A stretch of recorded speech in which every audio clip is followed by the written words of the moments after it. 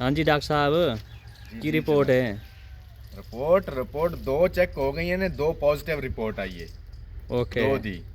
Okay. ठीक है, तीसरी नु आप हाथ पान लगे हैं। इंशाल्लाह मुझे तो लगता है ये भी पॉजिटिव आएगी। तुझे ठीक क्या है। लगता है?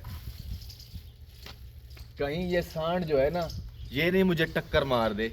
ये नहीं हैं? मारता, ये नहीं मारता। नहीं मारेगा। नहीं मारेगा इंशाल्लाह। मस्त।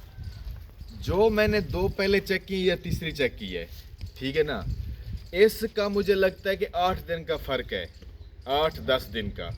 ठीक है, वो यानी 2.5 माह, ये 2 माह।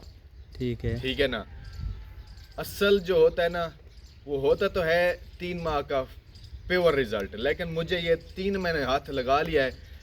आपको देख लेना, यानी ये 3 प्रेगनेंसी होगी, इनकी गारंटी है हमारी ओके ठीक है इंशाल्लाह। जी, माशाल्लाह।